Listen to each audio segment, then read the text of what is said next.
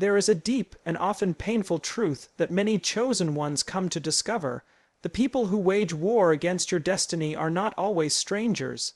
They are often the ones who smile at you, share meals with you, and even claim to love you.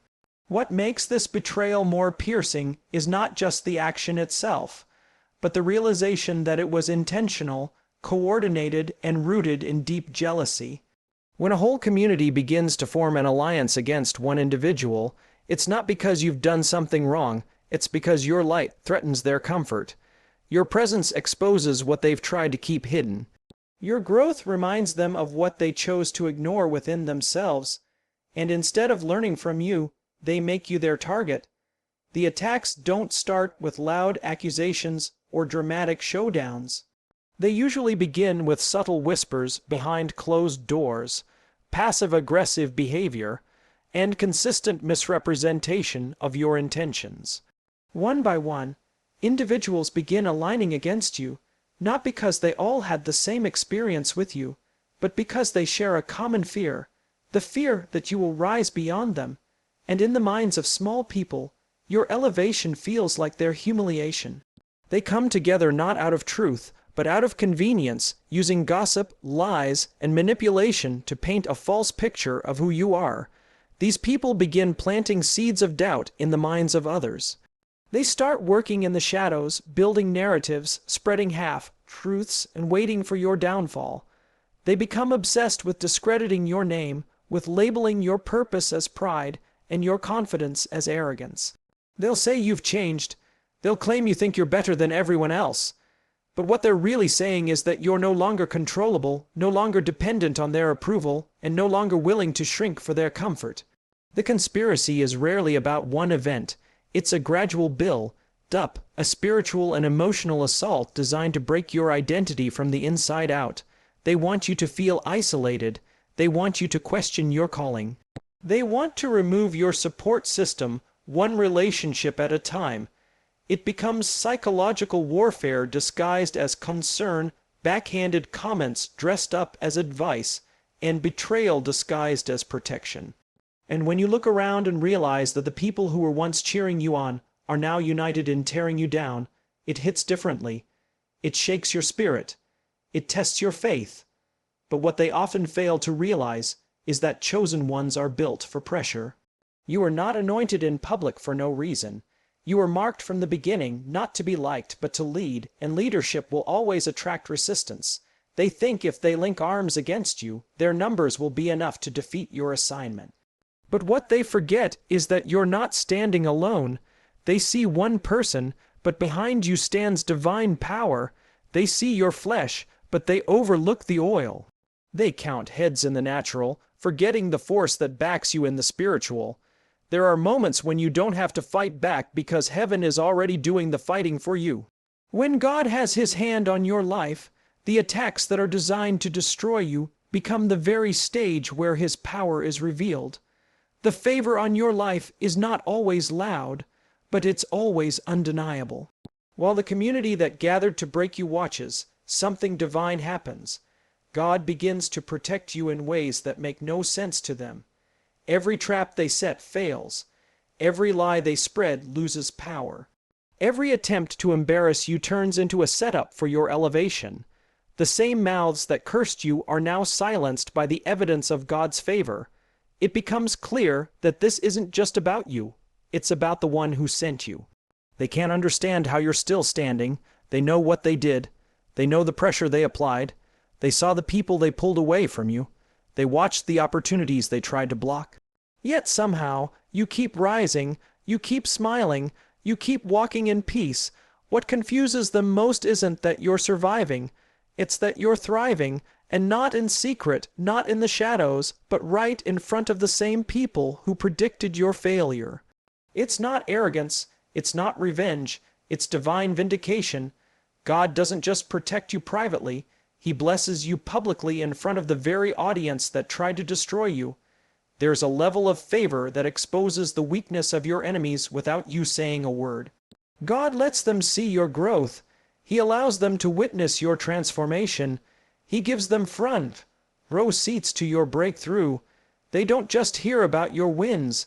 They have to watch them, and that's where the real pain begins for those who plotted against you. It's one thing to wish someone failure. It's another thing to be forced to witness their elevation while your own efforts crumble.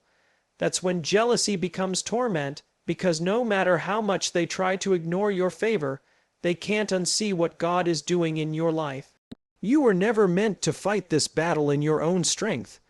That's why every time they thought they had you cornered, something unexpected happened. A door opened that no one could shut. A person stood by you when everyone else walked away. A blessing came that didn't match your qualifications. That's favor, that's divine intervention, and while they whispered behind your back, heaven was speaking on your behalf. While they planned meetings to sabotage you, God was orchestrating miracles to sustain you. They tried to drag your name through the mud, but it didn't stick. They tried to block your light, but it kept shining. They did everything they could to make sure you failed, but each move backfired in ways they couldn't explain. What they didn't count on was the fact that you were chosen, not by people, but by purpose. They underestimated how protected you are in the spiritual realm. They thought your silence was weakness, not knowing it was strategy. They believed your isolation meant defeat, not realizing it was preparation, and the more they attacked, the more God covered you. The more they plotted, the more God promoted you. When you're truly chosen, your enemies don't just fail. They fail in a way that embarrasses them, exposes them, and magnifies the grace over your life. There's something uniquely powerful about the way God allows your elevation to unfold. Not in silence, not in the background, but in the very spaces where your name was torn down. The same people who expected you to fall are now forced to watch you flourish.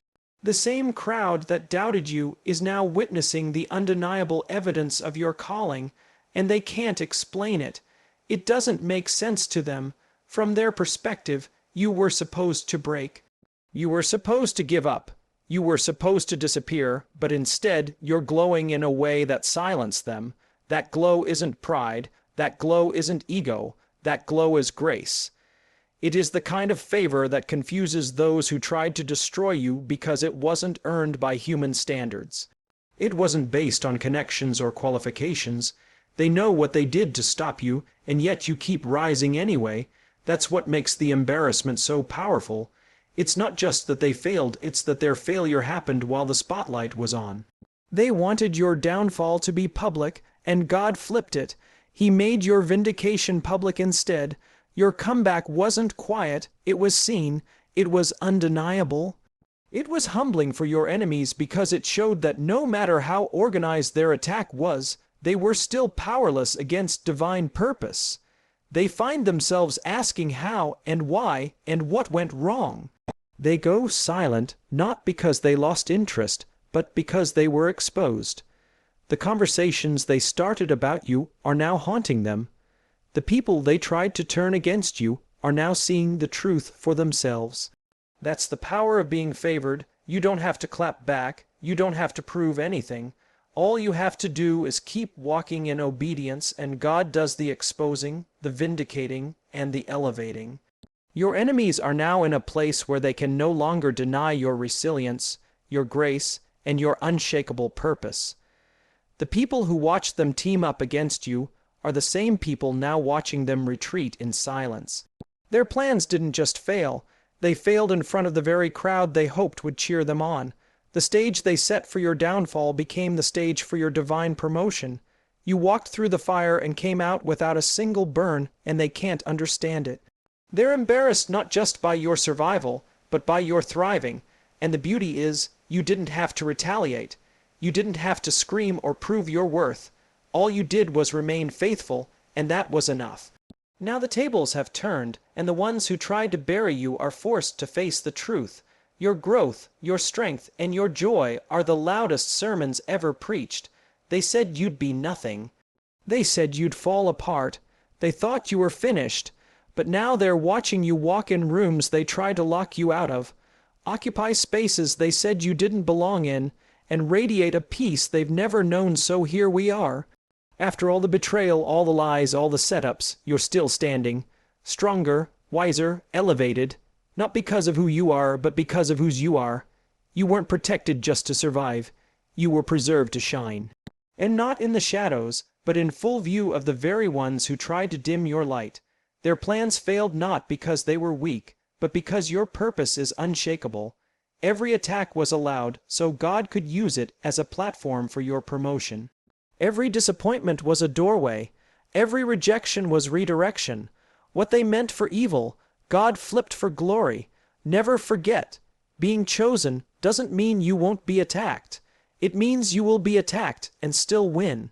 It means being the target of envy, betrayal, and slander, yet rising higher with grace that can't be explained. The embarrassment wasn't yours, it was theirs, and God made sure they failed publicly so that His favor on your life could not be denied. Thank you for listening to this message. I pray it strengthens your spirit, renews your confidence, and reminds you that you are divinely backed, powerfully anointed, and fearfully chosen. If you've ever felt alone in the battle, let this be your confirmation.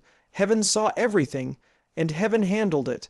Until next time, stay grounded, stay chosen, and never shrink for the comfort of the crowd. Thank you for watching. God bless you and take care.